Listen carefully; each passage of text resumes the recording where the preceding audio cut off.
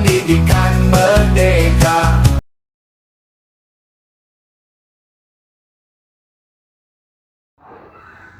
Assalamualaikum warahmatullahi wabarakatuh.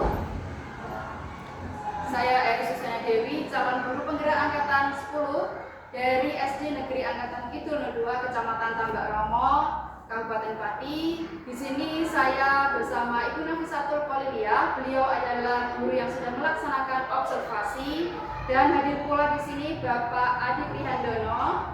Beliau adalah beliau adalah pengajar praktik dari calon guru penggerak angkatan 10 Kabupaten Pati. Pada obrolan kita hari ini, kita akan melaksanakan obrolan pasca observasi. Ya. Jadi nanti saya akan bertanya-tanya kepada Ibu Nafis terkait observasi yang sudah kita lakukan kemarin dengan tujuan mengevaluasi bagaimana pembelajaran yang sudah dilakukan Ibu Nafisatul Qoliliyah. Assalamualaikum Bu Nafis. Waalaikumsalam warahmatullahi wabarakatuh. Bagaimana kabarnya hari ini Bu Nafis? Alhamdulillah sehat Bu. Alhamdulillah sehat ya Bu Nafis. Untuk perasaannya gimana Bu setelah Bu Nafis melaksanakan observasi kelas pada hari yang lalu? Bagaimana perasaannya Bu? Perasaan saya sudah dulunya kecil ya Bu. Iya.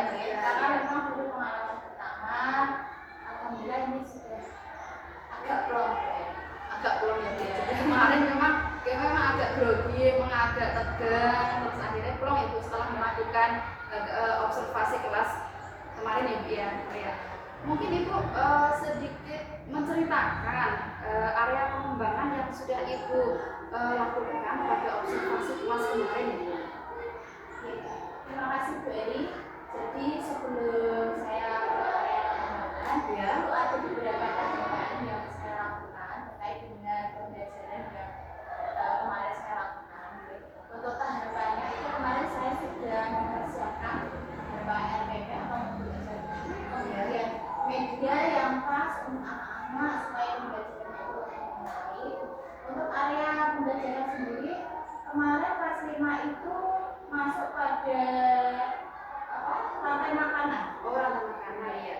Rantai makanan di mana anak-anak harus bisa menjelaskan hubungan saling berhubungan antara komponen genetik dan komponen aktif. Oh gitu ya Bu. Jadi area pengembangannya terkait dengan rantai makanan, ketergantungan antar komponen makhluk hidup ya Bu yang ada di lingkungan. Ya. Nah, tadi mungkin bisa diulangi Bu langkah-langkah pembelajaran yang sudah Ibu lakukan sebelum Ibu melakukan sesi pembelajaran itu. Tadi apa saja Bu tadi? Ya, yang pertama itu kemarin saya membuat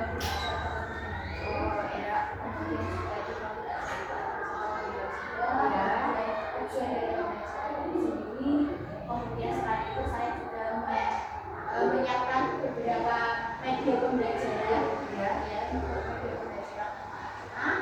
Kemudian tentunya menggunakan metode dan pendekatan saat pembelajaran, di mana harapan saya ketika pembelajaran penyampaian makanan itu anak-anak itu bisa paham secara utuh.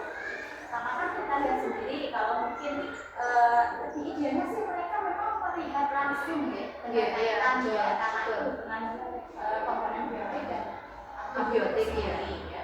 Karena memang juga masalah kondisi juga, jadi tidak mungkin kita itu sama anak langsung ke sawah itu bedanya tidak mungkin. Jadi kemarin saya sudah mempersiapkan membuat media semenarik mungkin supaya anak-anak itu paham dengan materi makanan tersebut. Ya Bu, jadi untuk langkah-langkahnya itu membuat RPP atau modul ajar, kemudian ada tujuan pembelajaran, terus Ibu juga menyiapkan apa itu namanya media pembelajaran. Nah, kira-kira mungkin medianya kemarin apa ya Bu ya, dalam bentuk apa ya? Kemarin itu saya sudah membuat rantai makanan Ya. itu dengan Styrofoam ya betul ya. Styrofoam di situ di mana saya memperlihatkan Ya. proses rantai makanan itu baik di ekosistem sawah maupun di ekosistem tanah. Jadi anak-anak itu bisa tahu bagaimana keterkaitan dengan antara komponen genetik dan komponen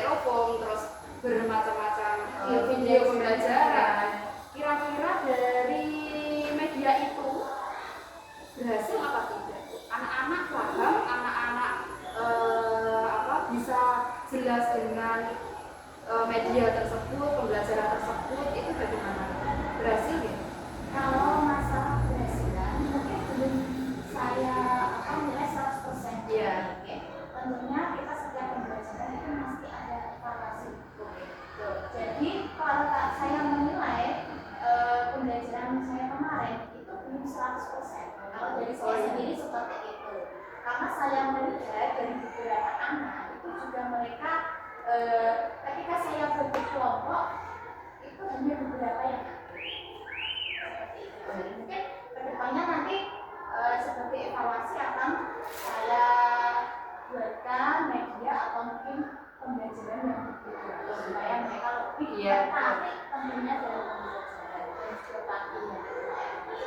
Oh ya, tadi kalau misalnya saya melihat secara detail, Ibu sudah menyiapkan modul ajar, Ibu sudah menyiapkan media video pembelajaran, itu lengkap sekali ya Bu ya. Tetapi di setiap pembelajaran itu pasti ada kendala-kendalanya. Nah, mungkin Ibu Nafisatul bisa menceritakan sedikit banyak kendala atau kekurangan pada pembelajaran yang sudah Ibu siapkan sedemikian rupa, sudah bagus menurut saya, tapi mungkin ada sedikit kekurangan atau kendala apa itu? Coba mungkin Ibu bisa ceritakan kembali begitu. Untuk kendala itu mungkin yang saya rasakan ya terkait dengan pengelompokan. Pengelompokan. Ya. Berarti pengelompokan per anak itu ya? Karena memang kecenderungan mereka ketika itu dikelompokkan, kalau itu tidak sama dengan temannya, itu mereka kurang aktif ketika berkelompok. Ya. Kemudian itu yang aku juga ingat berapa? Nah, banyak anak-anak itu saja. Kemudian mereka yang lain itu istilahnya cenderung mengikuti Anut-anutan. Nah, mungkin dari Ibu ya, tadi ada kekurangannya mungkin dalam pengelompokan. Nah, mungkin agar proses pembelajaran Ibu Nafis itu bisa berjalan lancar dan maksimal dan sesuai apa yang kita harapkan, mungkin rencana ke depan ada pembelajaran selanjutnya. Mungkin apa yang direncanakan Ibu Nafis? Ya, kalau untuk pembelajaran berikutnya, karena setelah saya mengevaluasi dari pembelajaran yang saya lakukan kemarin, tentunya itu yang akan saya terapkan itu adalah pembelajaran berdiferensiasi. Berdiferensiasi. Di mana dalam pembelajaran berdiferensiasi itu kita dapat menerapkan kompetensi sosial emosional.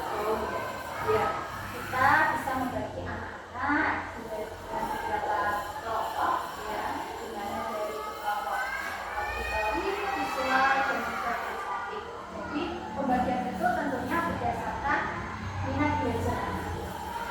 Karena kita tahu sendiri pembelajaran sekarang itu adalah berfokus kepada anak-anak yang dijelaskan oleh. Jadi kita harus bisa menerapkan pembelajaran itu sendiri sesuai dengan minat dan belajar. Ya mungkin ketika pembelajaran anak itu lebih suka menggambar, kita bagi saja menggambar. Ada yang mungkin anak-anak itu lebih suka dia mendengarkan video pembelajaran. Berarti rencananya Ibu Nafis akan mengelompokkan anak berdasarkan modul ajar diferensiasi pembelajaran diferensiasi ya Bu ya, untuk membentuk bakat minat anak sesuai kemampuannya, gitu ya Bu ya. Minat belajarnya itu rencana yang luar biasa sekali, dan saya doakan ya Bu, semoga apa yang sudah direncanakan Ibu Nafisatul Maulidiah untuk kedepannya bisa berjalan lancar dan bisa direalisasikan dengan baik tanpa ada kendala-kendala, dan semoga pembelajarannya lancar seterusnya. Gitu ya Bu ya. Iya, terima kasih ya Bu ya. Nah, demikian Ibu obrolan kita pada obrolan pasca observasi ini, dan sebelumnya ada umpan balik ini dari Bapak Adi Prihandono selaku pengajar praktik dari CGP Angkatan 10. Monggo Bapak untuk. Oke, baik. Terima kasih. Ini saya dikasih kesempatan untuk memberikan refleksi tentang observasi. Jadi saya ingin menyampaikan ada 3 poin yang berbeda ya ketika melakukan pertama, mengenai apa yang sudah dilakukan pada saat pengajar. Jadi tadi Bu Dewi sudah menanyakan, terus kemudian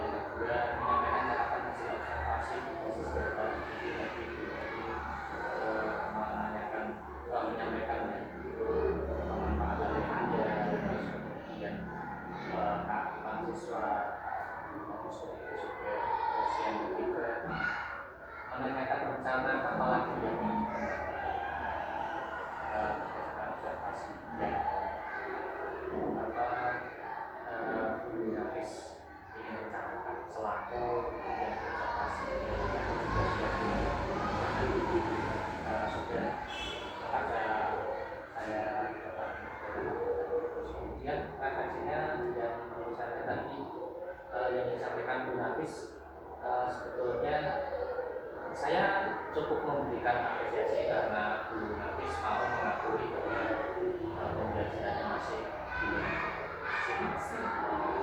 Jadi itu saya menganggapnya luar biasa karena dari situ kan Bu Nafis selaku observasi ada kemauan untuk memperbaiki. Lain kalau misalkan hasilnya sudah bagus, sudah sesuai, tentu hasilnya tidak lagi perbaikan, tapi hasilnya adalah kelanjutan. Saya akan mempertahankan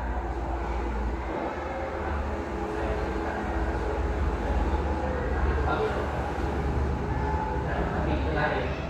Nanti sudah mengatakan kemarin kita masuk kurang di pembelajaran hasilnya saya mengatakan belum 100%.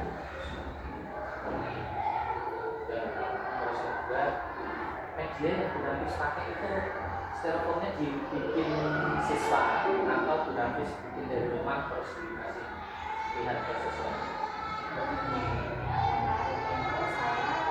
Dari rumah. Jadi sebelumnya itu kan saya anak-anak saya pun video pembelajaran. Video pembelajaran kan terkait dengan ekosistem. Kemudian di situ supaya anak itu bisa membedakan antara ekosistem berkait ekosistem sampah dan ekosistem laut. Kemudian saya itu mengambil gambar, kemudian saya sembunyi secara kemudian untuk kegiatan KLKPP-nya itu anak-anak kemarin seperti membuat rantai makanan itu. Ya. Tapi di bekas seperti apa? Bekas salon blok. Nah, maksudnya ya seperti itu.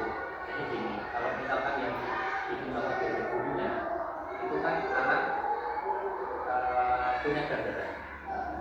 Kalau misalkan yang di bawah itu di styrofoam saja terus siswa di kelas disuruh menginstal itu sebetulnya bisa, tapi kan tidak pertama kali. Ketika pertama kali langsung disuruh seperti itu kayak susah. Bisa. Oke, jadi itu sudah bagus dinamis ya. Jadi dimulai terus dikasihkan ke siswa, terus nanti ketika di kelas ada ekspor di dalam kelompok. Jadi saya pikir itu artinya dari dinamis sudah tahu ada kekurangan, terus ada tidak lanjutnya, jadi sudah ada tidak lanjut. Ya, terima kasih ya Pak Adi untuk umpan baliknya atau refleksinya. Nah, dengan refleksi dari pengajar praktik berarti berakhir pula obrolan pada pasca observasi ini dengan baik. Dan sebelumnya saya juga berterima kasih kepada Pak Adi Pringandono dan Ibu Nafisatul Koliliyah yang sudah meluangkan waktu ngobrol-ngobrol kita untuk hari ini. Dan saya juga Eri Susiana Dewi minta maaf sebesar-besarnya apabila ada perkataan saya yang kurang berkenan di hati Bapak Ibu semuanya. Saya akhiri Pak G untuk obrolan rangkaian supervisi akademik kali ini. Wabillahi taufiq wal hidayah. Wassalamualaikum warahmatullahi wabarakatuh.